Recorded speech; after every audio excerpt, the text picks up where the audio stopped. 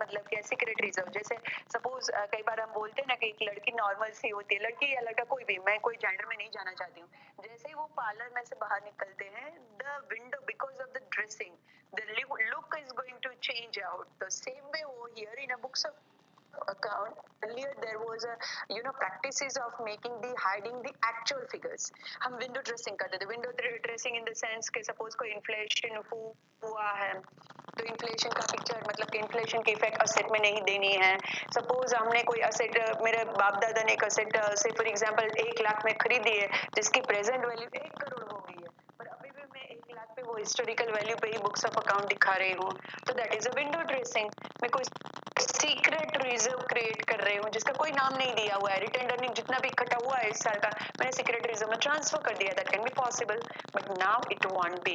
तो यहाँ पे ये लिखा हुआ है the effect of window dressing in financial statement can not be ignored when common size statement fail to supply the real position of sale asset liability etcetera.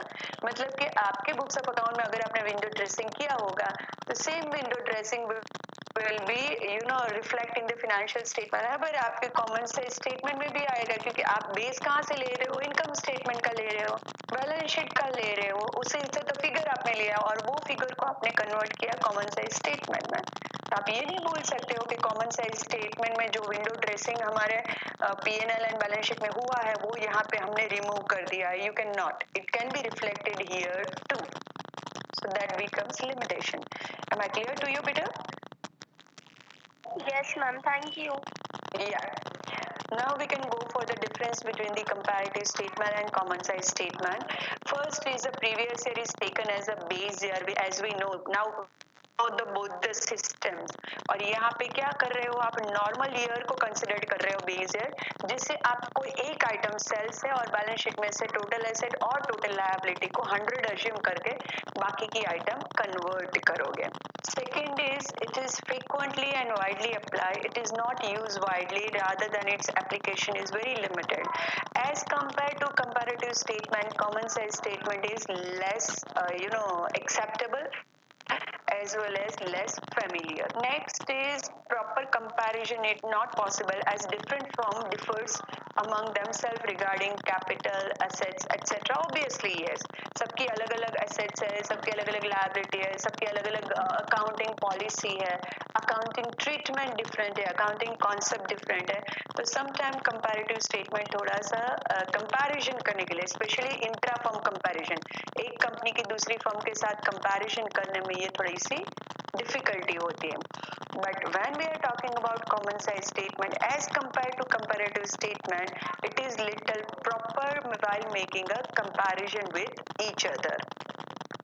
It takes into account the changes of absolute figure only. Obviously yes, increase decrease का ही हम करते हैं और increase decrease के percentage सिर्फ हमें ढूंढते हैं, जबकि यहाँ पे सारी आइटम को हम कन्वर्ट कर रहे हैं इनटू द परसेंटेज। देखा जाए तो ये जो कंपैरेटिव एनालिसिस है दैट इज हॉरिजॉन्टल, हॉरिजॉन्टल मतलब रो वाइज है, जबकि when I am talking about a common size statement it's a vertical. Vertical में सबसे पहली आइटम कौन सी आती है, सेल्स इन इनकम स्टेटमेंट, तो सेल्स बिकम अ बेस और बाकी की सारी आइटम आप परसेंटेज में कन्वर्ट करते हो, जबकि कंपैरेटिव स्टेटमेंट में आप क्या करते हो, पहले साल की जितनी भी आइटम है उसको सेकेंड ईयर के साथ इंक्रीज डिक्रीज करते हो, तो हर एक लाइन का होता है कंपैरिजन, जबकि यहाँ पे कॉलम का होता है, वर्टिकल होता है। This method does not convey the proper importance of each individual item since it takes only absolute figure. Increase decrease आप दिखा रहे हो, exactly ये individual item क्या बताने जा रही है, that importance you are not able to disclose. It gives due emphasis to each individual item as it takes the percentage figure. Obviously yes, हर एक item का क्या importance है हमारे income statement and balance sheet में, that we can reflect. अब as usual पहले आपको common size income statement दिया है, देखिए इसके दो ईयर के डेटा है और हम ये दो डेटा को कन्वर्ट करने जा रहे हैं, लाइक 2005 2006 सेल्स है 1 लाख एंड 1,25,000, उसमें से कॉस्ट ऑफ गुड सोल्ड हम माइनस करेंगे 60 and 75,000, so we are having a gross profit by 40,000 50,000, जिसमें से ऑपरेटिंग एक्सपेंस 10,000 11,000 हम माइनस करेंगे, so we are having operating income by 30,000 and 39,000.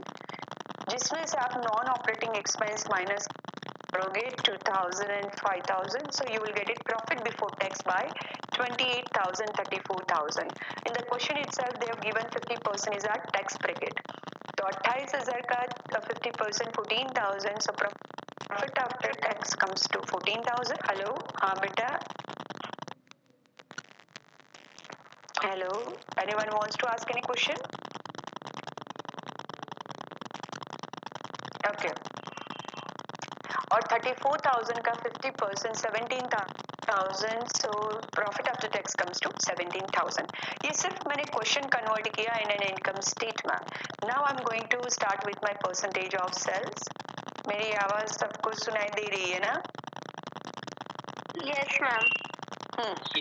Now we are going. Yeah, beta. Now we are going to convert the percentage of cells. मैंने क्या बताया? You are going to assume the cells of the base year. तो 2005 का पहले हम करते हैं. 1 lakh will be considered as 100%. अब आइटम को करिए 1 लाख का 100%, तो 60,000 का कितना? 60%. 1 लाख का 100%, तो 40,000 का कितना? So by that way you are able to convert all the data of 2005 into the percentage. Right. Now we are going to start with 2006. 2006 में पहली आइटम है 1,25,000 which you are going to convert as in 100%. और बाकी के item convert करिए. 1,25,000 का 100, तो 75,000 का कितना? It comes to 60%. 1,25,000 का 100, तो 50,000 का कितना? It comes to 40,000.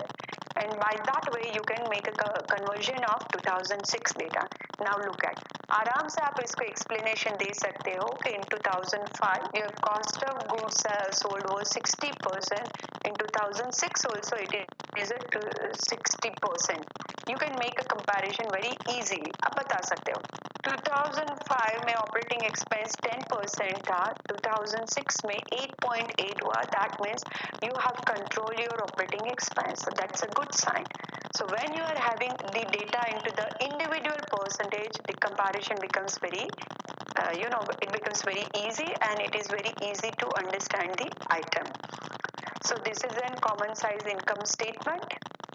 We'll go for common size balance sheet. Balance sheet same as I told you, ये step दिए हुए हैं कि हम कॉमन साइज बैलेंस शीट क्यों कन्वर्ट करते हैं. तो डिसीजन लेने में हमें हेल्पफुल होता है. ईच आइटम को हम आइडेंटिफाई कर सकते हैं और ईच आइटम का परसेंटेज निकाल के प्रॉपर डिसीजन भी ले सकते हैं.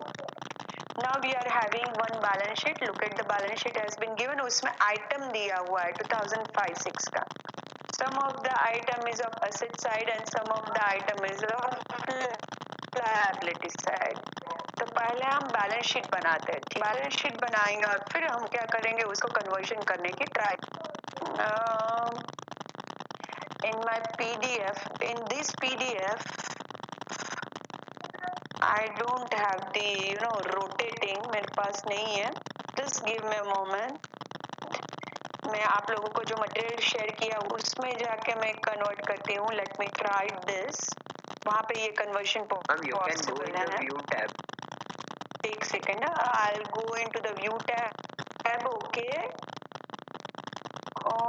Late me go. It's not. Oh, okay. Rotate views. Yes. I can do it. Oh, very nice. Thanks, beta.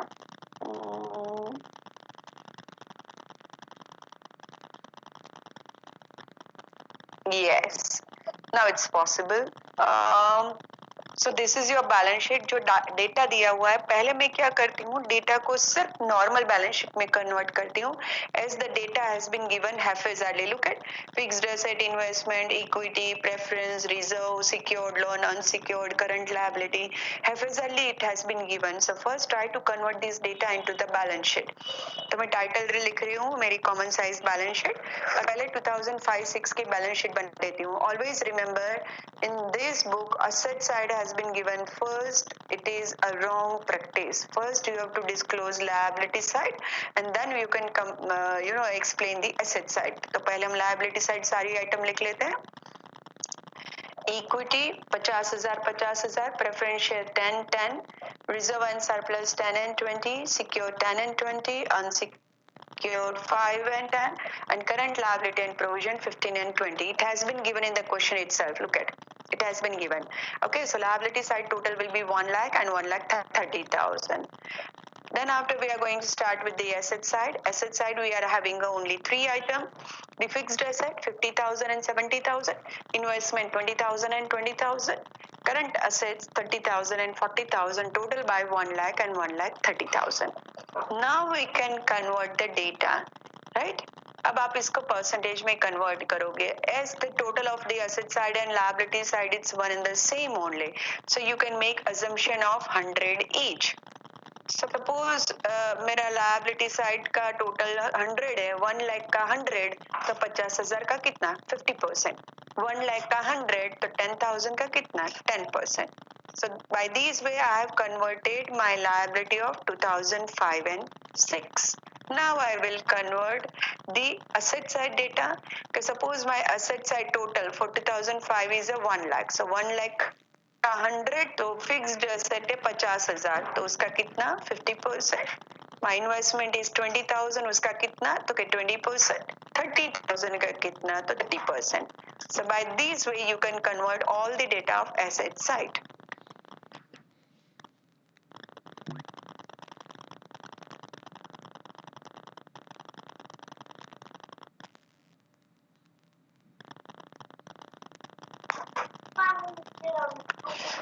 Yes.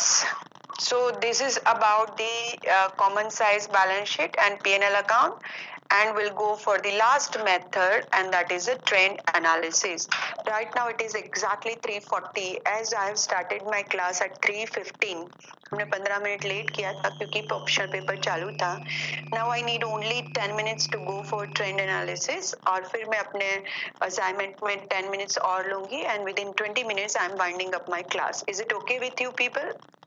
मैं 20 मिनट्स लूंगी तो चलेगा कि आप लोगों को आएगा ना बेटा? Yes, ma'am. Good. Yeah. Now it is a trend analysis. Trend analysis क्या कोई पूछ रहा है बेटा मुझे? Okay. Trend analysis, these things we have learned in the economics. हम trend बनाते हैं, ये economics में आपने पढ़ाई की है, but from the viewpoint of economics. Now we are making in the viewpoint of an accountancy. Trend का मतलब होता है जैसे हमारे heart beat, तो हार्ट बीट वो लाइन जाती है ऊपर नीचे ऊपर नीचे ऊपर नीचे, दैट्स अ ट्रेंड. उसी तरीके से सीएनबीसी वेबसाइट पे आपने लाइन देखी होगी ऊपर नीचे क्रॉस ऐसे जाती है, दैट्स अ ट्रेंड. तो वो ट्रेंड एनालिसिस हम करने जा रहे हैं. So trend analysis is nothing but we are going to consider first year as a base. पूरे साल की सभी आइटम को हम 100 अज्यूम करते हैं और कन्वर्ट करते हैं.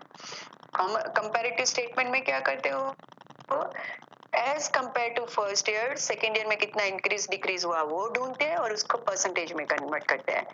कॉमन साइज में P&L स्टेटमेंट में सेल्स को 100 कर अज्यूम करते हैं और बाकी के आइटम को कन्वर्ट करते हैं, और बैलेंस शीट में टोटल को अज्यूम करते हैं 100 और आइटम को कन्वर्ट करते हैं.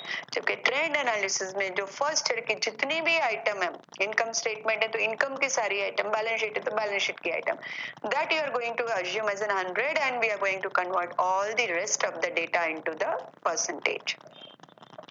How to do it? So first select the base year. Base year select करना है. Base year को 100 assume करो as an index number and try to convert all the data one by one and find out the trend. कौन सा हमें जब trend analysis use करते हैं तो क्या क्या चीजें ध्यान में रखनी है. So first which is a base year. The base year should be carefully selected. It must be normal year. Abnormal year को कभी भी आप बेस ईयर नहीं सिलेक्ट करोगे वरना आपका ट्रेंड एनालिसिस रॉन्ग हो जाएगा. Second, constant accounting principles and practices. Suppose किसी ईयर में आपने डिमिनिशिंग से स्ट्रेट लाइन मेथड में आए हो डेप्रिसिएशन में, तो वो ईयर आपका बेस ईयर मत चुनिए.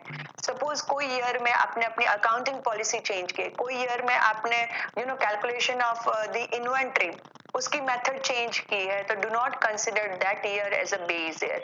Select that year which is having the constant the accounting practices and the principles, वो आप ईयर को सिलेक्ट करिए.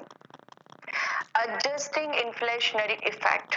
यहाँ पे नॉर्मली ऐसा माना जाता है कि ट्रेंड में हम फ्यूचर में क्या इन्फ्लेशन आ सकता है या डिफ्लेशन आ सकता है, इसकी नॉर्मली इफेक्ट को हम ट्राई करते हैं to identify. Next is importance to absolute figures. Obviously yes, हम इसको यहाँ पे जो हमारे एब्सोल्यूट फिगर्स है वो तो हम ध्यान में रखते ही है, पर ये एब्सोल्यूट फिगर का इंटरप्रिटेशन क्या आता है in terms of ratio and percentage, वो हम ढूंढ के डिसीजन हम लेते हैं। सब लोग जनरली इसको यूज करते हैं without any hesitation, and this is a logical relationship between the base year and the next year. तो लॉजिकल रिलेशनशिप भी दिखाता है। Why we are using a trend analysis? Do we are having certain objective? Okay, yes. First is measuring profitability. You can identify your profitability very well. Easily identify कर सकते हो. Even you can measure your liquidity, solvency level आपका क्या है, क्योंकि percentage में है सारे डेटा। सॉल्वेंसी लेवल आपका क्या है, how much management is efficient and what is an overall performance of any of the company, that can be जज very easily on the basis of trend analysis. Next is advantages. Interfirm comparison is very easily possible to make a comparison through the trend analysis. It can be useful by all the peoples. Comparative analysis करना after trend analysis, comparative analysis करना easy हो जाता है. Again, same thing. You can measure your liquidity and solvency, and even you can measure the profitability. Now we'll go for disadvantages. The most important and crucial task is selection of base year. Base year किसको चुने? अगर गलत base year चुन लिया तो सारा analysis गलत. Next is consistency. Next is कौन सा year में policy and principle consistent रहा है as compared to previous year. This is little tedious task. वो सारी चीजें हमें छोटी से छोटी minor चीजें भी ध्यान में रखनी पड़ेगी और फिर base year select करना पड़ेगा, तो that is little becomes crucial for us. और इन्फ्लेशन की सिचुएशन में गलती से हमने ईयर सिलेक्ट कर लिया एज अ बेस ईयर और उसी ईयर में 8 महीने के बाद पता चला कि यहाँ पे तो हमारा इन्फ्लेशन हो सकता है कभी भी रिफ्लेक्ट हो, क्योंकि इकोनॉमी में इन्फ्लेशन आएगा तो definitely it will be affected to business entity only, either in form of inflation और इन फॉर्म ऑफ डिफ्लेशन। तो वो इफेक्ट तो यहाँ दिखाई देगी, तो उसको किस तरीके से हम हैंडल करें, तो वो हैंडल करने की कोई भी टेक्निक हमें यहाँ पे दी हुई नहीं है। So in that case it becomes useless. Now, trend analysis can be, explained by two way, in ratio form, and second is in graphical presentation. So first we'll go for the ratio. Look at यहाँ पे ratio दिया ही है, directly दे दिया है, purchase आपका इतना है और क्रेडिटर इतना है, तो these are my answer. Statement is this two are, जैसे दिया है इस तरीके से ही मैंने लिख दिया एब्सोल्यूट फिगर। अब इसका परसेंटेज में कन्वर्ट कर दिए, तो सबसे पहला ईयर कौन सा है 2002, so that becomes a base year. उसको 100 एज्यूम करिए कि परचेज 40,000 है, तो ट्रेंड एनालिसिस 100 जाएगा, तो सेकेंड ईयर में परचेज 50,000 है, तो उसका कितना, तो 125, 60,000 का कितना 150, 70 का कितना 175, 80 का कितना 200। Now you can see trend कि 100 का 125 हुआ, मतलब 25% परचेज इंक्रीज हुआ। 2002 के कंपेयर में 2004 में 50% इंक्रीज हुआ। 2002 के कंपेयर में 2005 में 75% इंक्रीज हुआ, एंड एज कंपेयर टू 2002 2006 में 200% इंक्रीज हुआ। So you can find it out, 100% increase हुआ, so you can find it out very easily what has been increase or decrease for a number of years. अब एक और question दिया हुआ है, income statement has been there. Income statement देखिए पूरा बना के ये आपको दिया है वर्टिकल। अब सिर्फ इसको मैं कन्वर्ट कर रही हूँ आंसर में, तो ध्यान रखिएगा फर्स्ट ईयर 2004 की हर एक आइटम को हम अज्यूम करेंगे 100। जैसे सेल्स को अज्यूम करना है कि 1000 का 100, तो 12450 का कितना, 2000 का कितना, 2500 का कितना, कॉस्ट ऑफ गुड सोल्ड 600 का 100%, तो 750 का कितना, इस तरीके से कन्वर्ट करना है, राइट।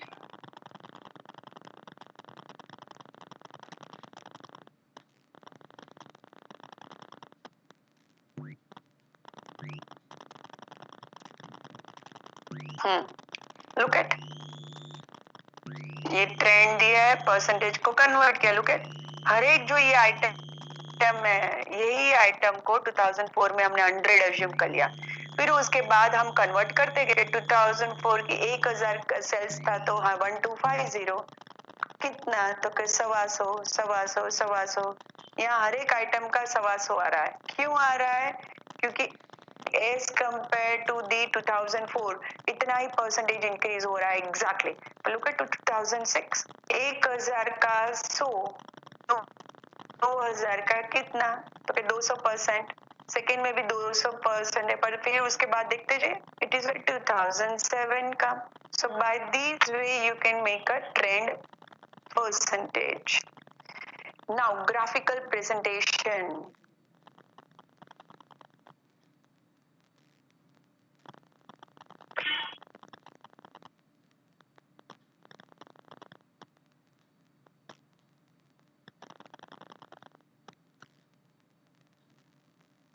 Oh my god, क्या हो रहा है?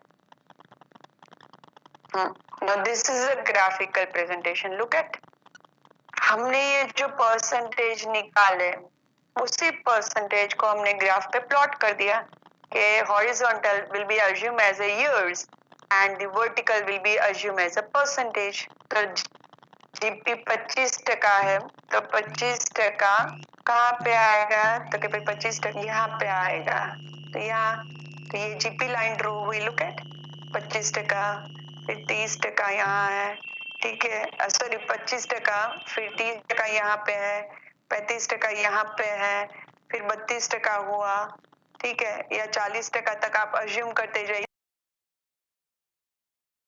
नीचे आ रहा है तो ये ग्राफ हो सकता है कि रॉन्ग हो, पर हम इसको एग्जैक्टली प्लॉट करेंगे तो ये जीपी रेशियो और ये एनपी रेशियो की लाइन मिल रही है। This is known as graphical presentation. And graphical presentation में से 2000 के बाद सपोज हमारा 2000 ईयर 8 आ रहा है, तो देखिए यहाँ पे इंक्रीज हो रहा है, तो we can extend our line. हम कर सकते कि यहाँ पे भी इंक्रीज होगा। सपोज यहाँ पे डाउनफॉल आ रहा है नीचे सपोज, तो हम आगे अज्यूम कर सकते कि नेट प्रॉफिट में और भी थोड़ा सा डाउनफॉल आए। और सपोज यहाँ हमारे केस में नेट प्रॉफिट स्टेबल हो गया है, तो हम अज्यूम कर सकते हैं कि नेक्स्ट ईयर भी थोड़ा सा स्टेबल रहे। So trend analysis through the graph we can identify what will be the next year position, हम आइडेंटिफाई कर सकते हैं। Okay, any doubt, any question? किसी को कोई डाउट, कोई क्वेश्चन है बेटा? हेलो,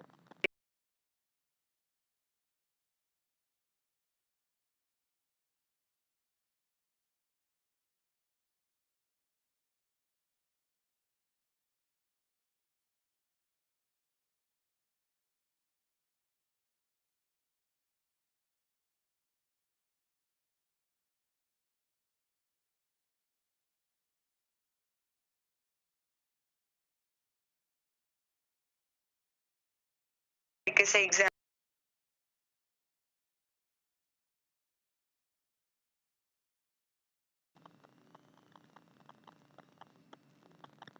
एक मिनट बेटा,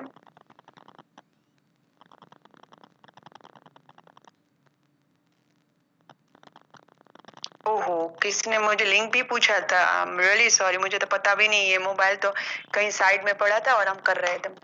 yes, you people are interested in diploma, एक second, diploma mid sem 2021, yes, these are the group. मैं आपको एक बार एक्सप्लेन कर देती हूँ, सो बहुत इजी हो जाएगा and you can make a presentation. आपके ऑनलाइन प्रेजेंटेशन सबके साथ में रहेंगे। मैं जब भी प्रेजेंटेशन करूंगी तो आपको गूगल लिंक मिलेगी, गूगल लिंक आपके ग्रुप में ही आएगी। मैं एक एक चीजें यहाँ पे बता रही हूँ आपको थॉरली। ये मेरा प्लान है कि आज लेक्चर भी लूंगी और इनको बताऊंगी भी सही। बेटा आपको मेरी स्क्रीन दिखाई दे रही है, इतना बताइए पहले। Yes, ma'am. हाँ, Yes, ma'am. फाइन। तो जिस तरीके से आपने देखा, पहले तो स्टूडेंट्स का लिस्ट है मेरे पास। स्टूडेंट्स के लिस्ट में मेरे पास 66 है, जबकि मुझे पहले ये बताया गया था कि 44 स्टूडेंट है। आई वाज सरप्राइज के पहले दिन तो 56 स्टूडेंट्स थे। हाँ, अटेंडेंस थोड़ी सी कम ज्यादा होती है, दैट्स अ डिफरेंट मैटर, पर यहाँ पे ये था 4 जन के ग्रुप बनाए हुए हैं और उसमें से 2 ग्रुप ने तो मुझे अपने टॉपिक भी दे दिए, राइट। सो ऐसा कुछ भी नहीं है कि आप अपने टॉपिक नहीं ले सकते हो, आपकी ऑटोनॉमी है। हाँ, मुझे इसलिए बताना है कि मैं आइडेंटिफाई कर पाऊँ कि मेरा ग्रुप कौन सा क्या प्रेजेंटेशन करने वाला है। I will make it well in advance, I will prepare the question for them. अब करना क्या है मैं बताती हूँ। जैसे पहला ग्रुप है, जेनी है, कशिश, अरुणिम है एंड मीत है, ये 4 जन है। 4 जन को जो टॉपिक उन्होंने सिलेक्ट किया है, टॉपिक मुझे बता देना है in advance, if possible by tomorrow, कल तक बता दीजिएगा, ठीक है। नो इश्यू एट ऑल, ये मेरी पैटर्न है, ठीक है। सबकी थोड़ी थोड़ी इससे अलग पैटर्न रहेगी डिप्लोमा में। अब आपको हैंड रिटन मटेरियल लिखना है, हैंड रिटन, ओके, हाथ से लिखना है। सपोज जेनी के ग्रुप ने एक टॉपिक लिया हुआ है, से फॉर एग्जांपल मैं टॉपिक खोल लेती हूँ।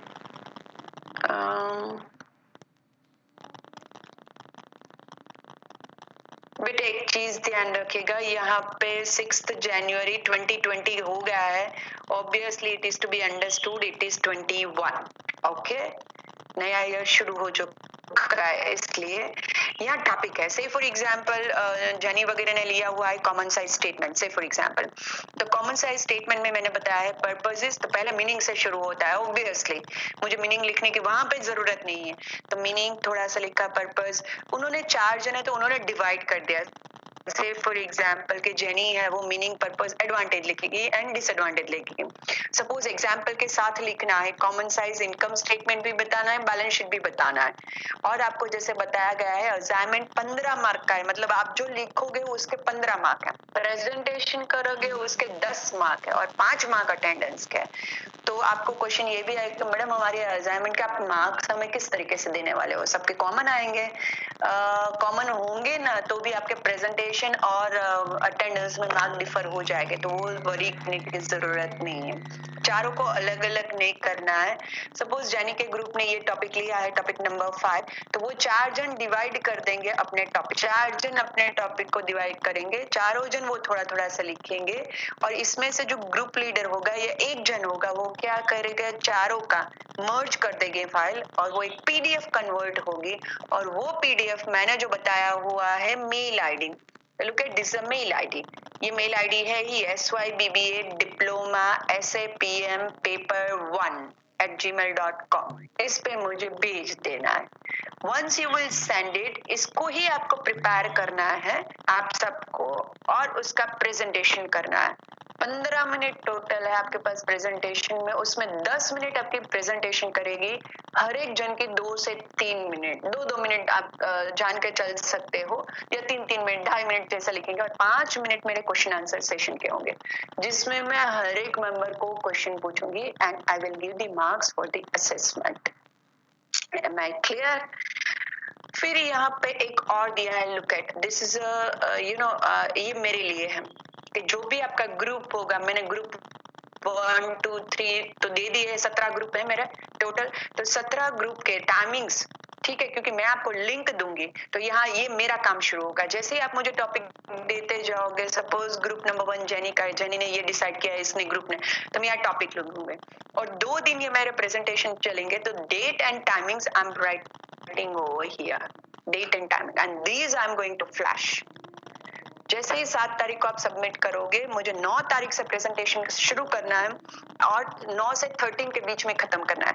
तो according to my convenience, convenience in the sense availability, तो कोई भी 2 डेट में सिलेक्ट करूंगी और 2 डेट में आपके टाइमिंग नक्की होंगे and will take a presentation. ध्यान रखिएगा, ये एग्जाम्स आपके चल रहे होंगे तब आपके पैरेलल क्लासेस भी शायद चल रहे होंगे, तो स्पेशली अमेश सर और मुझे ये ध्यान रखना पड़ेगा क्योंकि सबसे ज्यादा अवर्स हमारे जा रहे हैं।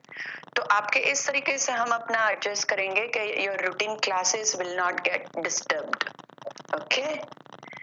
Any doubt, any question? या you can ask ma'am. Ma'am जो वाइवा होगा वो जो हमने जो ग्रुप में 4 जन का डिवाइड कर दिया, जो हमने हमको जो पार्ट आएगा उसका होगा या फिर पूरे पीडीएफ में कुछ भी पूछ सकते हैं आप? बेटा ये दोनों है कि आपने जितना पार्ट किया है उतना ही एक्चुअली पूछना चाहिए, पर इट्स अ ग्रुप टास्क, तो ग्रुप की एक्टिविटी हमने डिवाइड की हुई है, तो ये एक टॉपिक तो आपको पूरा आना ही चाहिए, क्योंकि आपकी सिलेक्शन टॉपिक का सिलेक्शन में आपके ऊपर इतनी लिबर्टी दे रही हूँ, तो ग्रुप की एक्सीलेंसी एंड टॉपिक की एक्सीलेंसी, टॉपिक की mastery I am expecting from you people. तो आपको जो टॉपिक होगा, भले प्रेजेंटेशन आप अपने पार्ट का करो, पर क्वेश्चन आंसर मैं पूरे टॉपिक में से कर सकती हूँ। Okay ma'am. सारे टॉपिक में से नहीं, सारे टॉपिक में से नहीं। ओके सपोज तुमने, हमारा जो टॉपिक है उसको, हाँ तुम्हारा टॉपिक है वो पूरे टॉपिक में से मैं आपको पूछ सकती हूँ। Okay yes ma'am, thank you ma'am. या एनी अदर क्वेश्चन? या बेटा या एनी अदर क्वेश्चन? मैम कोई मिनिमम नंबर ऑफ पेजेस ऐसा कुछ है रिक्वायरमेंट? नो, प्रेजेंटेशन के लिए है, पर पेजेस के लिए कुछ भी नहीं है। प्रेजेंटेशन में max to max you can make a presentation of 10 to 12 slides, that's it. Okay, and if it is not there, let me see, guideline में लिखा है,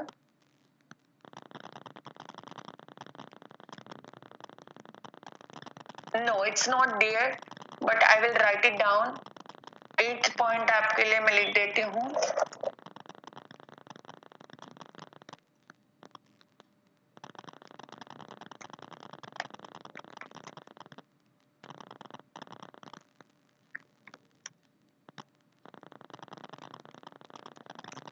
Is it okay? 10 to 12 slides. Presentation में 10 to 12 slides in total, क्योंकि आप जब presentation करोगे online present, ये online ही होगा। ओके बेटा, आपको मैं शेयरिंग का राइट दूंगी, तो शेयरिंग का राइट करके आप अपनी स्लाइड्स शेयर कर सकते हो। जेनी का ग्रुप है, तो जेनी प्रेजेंट करने आई तो उसने अपनी 2 स्लाइड रखी है, उसके साथ है सपोज उसका साथ कौन है, सेकंड मेंबर कशिश है, तो उसने 3 स्लाइड रखी है, तो कोई इश्यू नहीं, पर टोटल आपके ग्रुप में 4 मेंबर है, तो within the 4 members I need 10 to 12 slides only, और कोई भी डुप्लीकेशन ना हो वो ध्यान रखिएगा। You are not suppose to make a duplication of the presentation. Okay, any other doubt बेटा? मीन्स पीपीटी और पीडीएफ दोनों बनाना? पीडीएफ मुझे भेजना है, क्योंकि उससे मैं आपके असाइनमेंट के मार्क दूंगी, और PPT will be your presentation जिसके 10 मार्क्स है इन टोटल, ठीक है, तो वो भी मुझे देने हैं। Okay ma'am. तो आपकी जो पीपीटीज होगी, क्योंकि प्रेजेंटेशन आप इंडिविजुअली करोगे, तो जितनी बढ़िया पीपीटी शॉर्ट में पर सारी चीजें कवर करके, सारी ब्रीफिंग करके आपने ब्यूटीफुल बनाया हुआ है आर्टिकुलेटली, तो डेफिनेटली आपके मार्क्स, भले ही आपके ग्रुप में 3 मेंबर है, उसमें सबसे ज्यादा आपका अच्छा है presentation, by all means PPTs as well as your presentation and your content which you are presenting, you will get in more marks. भले ही असाइनमेंट के सारे सही एक जैसे मार्क्स हो, पर प्रेजेंटेशन में आप अपना चेंज कर ही लोगे मार्क्स, और आपके अटेंडेंस के भी मार्क्स चेंज हो जाएंगे ऑब्वियसली। यस, और attendance is a full freedom of mind, okay, which we are not going to disclose to you. चलिए, और कोई किसी ने हाथ खड़ा किया था, किसी को कोई डाउट है तो पूछ सकते हो बेटा। Yes, ma'am. This is Saira. Ma'am, actually, I couldn't find my in any of the groups. Saira, first thing is that what the list I'm getting from the office, this is this final list has been given by office to me, so because of that reason only it is not showing in my list, I cannot find out your name.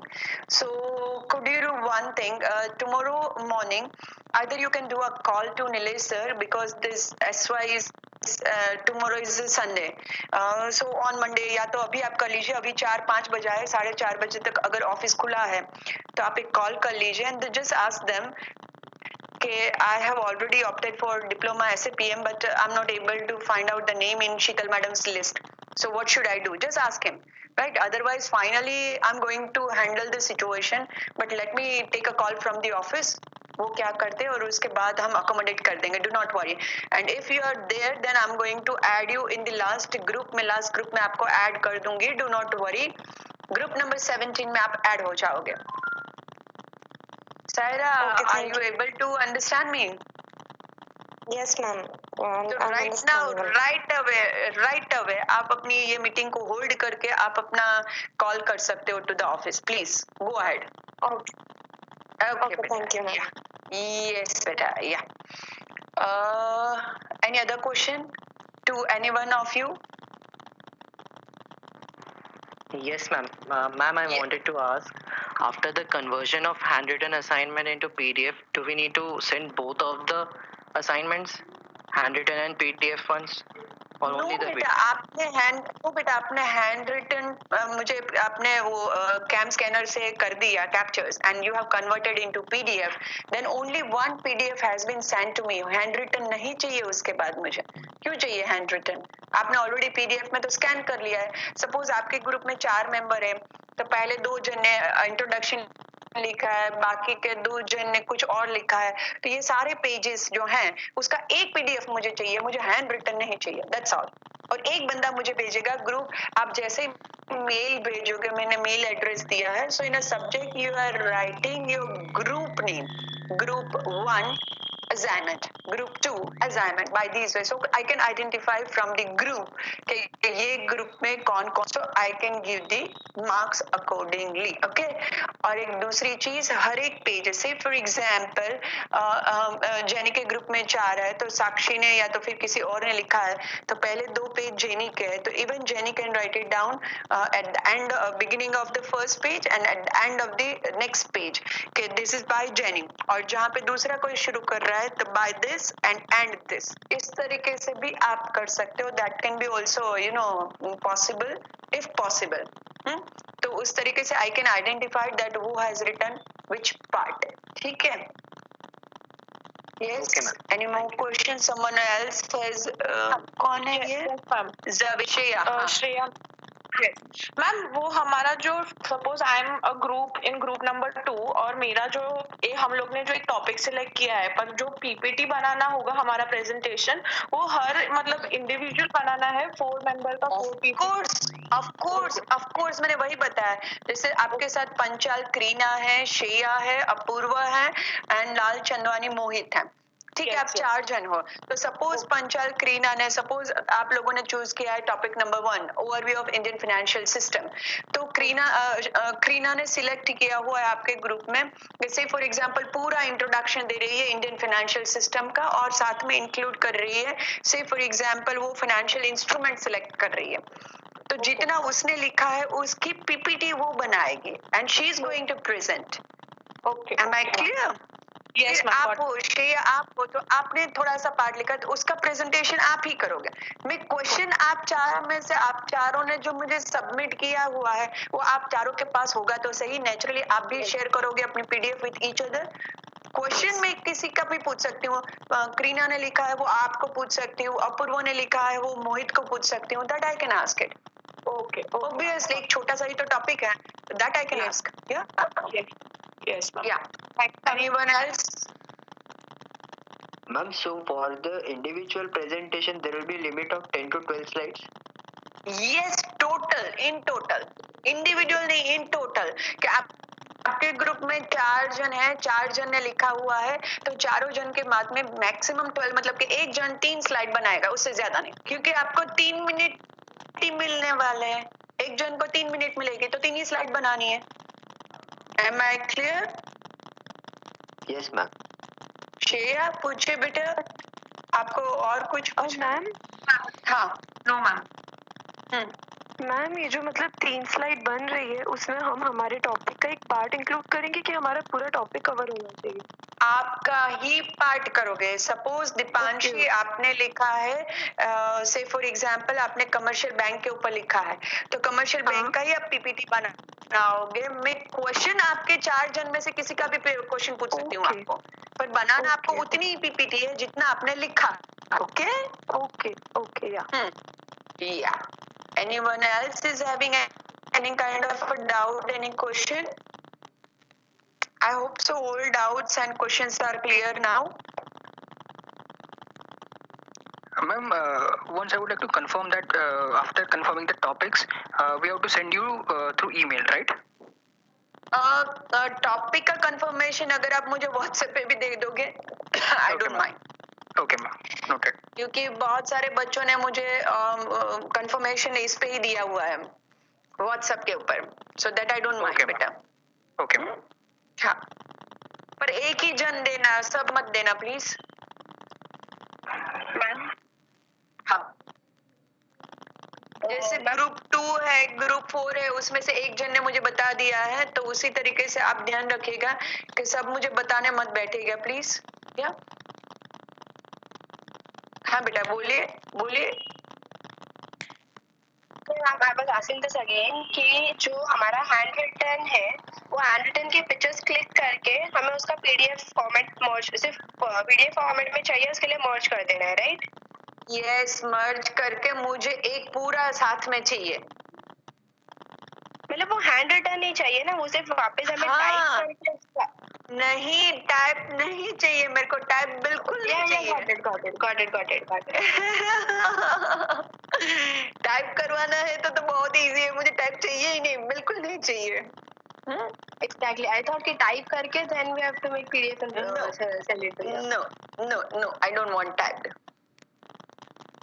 And ma'am, with that PowerPoint presentation जो slides का रहेगा ना, जो आपने बोला है, वो भी send कर देना है ना? हाँ. Okay, ma'am. टाइप जो आप पावर पॉइंट बनाओगे उसकी भी मर्ज बेटा, उसकी भी मर्ज ध्यान रखिएगा. Okay, ma'am. Ma'am, so we have to send you two files.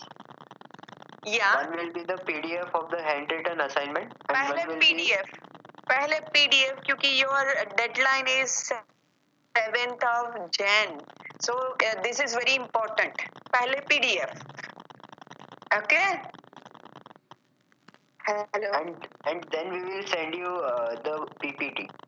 Yes, और PPT जब होगी 7th आपकी लास्ट डेट है, 8 तारीख को मैं आपको टाइम टेबल फ्लैश कर दूंगी कि किस दिन किसका प्रेजेंटेशन है, राइट? तो before your presentation you are suppose to send me PPT group wise. Again उसका भी टाइटल होगा group 1 PPT, group 2 PPT, like that. Okay, Thank you. अब तक मेरे पास 2 ग्रुप के कंफर्मेशन आ गए हैं, ठीक है. एक मेरे पास आ गया है group number 3, you can go ahead with your topic, I don't mind.